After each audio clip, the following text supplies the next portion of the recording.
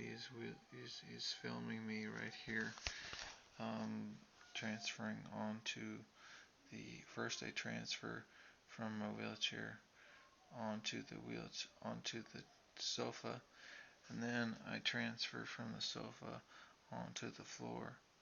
Um, it kind of it's kind of a transition from transferring to the sofa or transferring from my wheelchair to the floor.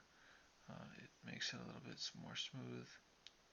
Um, you can kind of ease your way down whenever you're doing the transfer onto the floor. What I'm doing here is my buddy is kind of close whenever he's filming this, so it is, there's not a really great angle, but it's pretty darn good. His thumb was in the way, or his finger was in the way, so it wasn't the greatest thing, right? But he does move his finger out of the way. But so what I do, and it's very difficult to try and move your knees, whenever you are paraplegic and you have no control of your knees. But the best thing to do to move your knees is by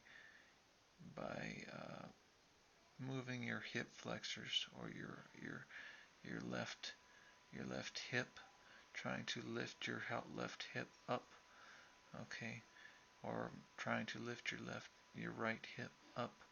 And what it does is it naturally, when you try and lift your right hip up, then it naturally pulls that right knee towards your body.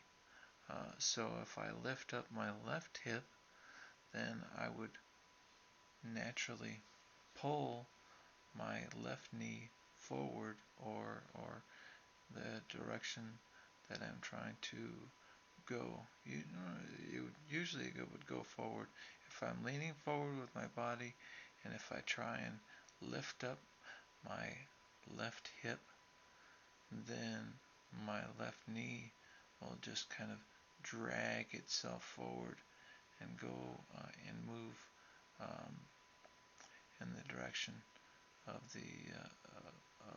in the forward direction.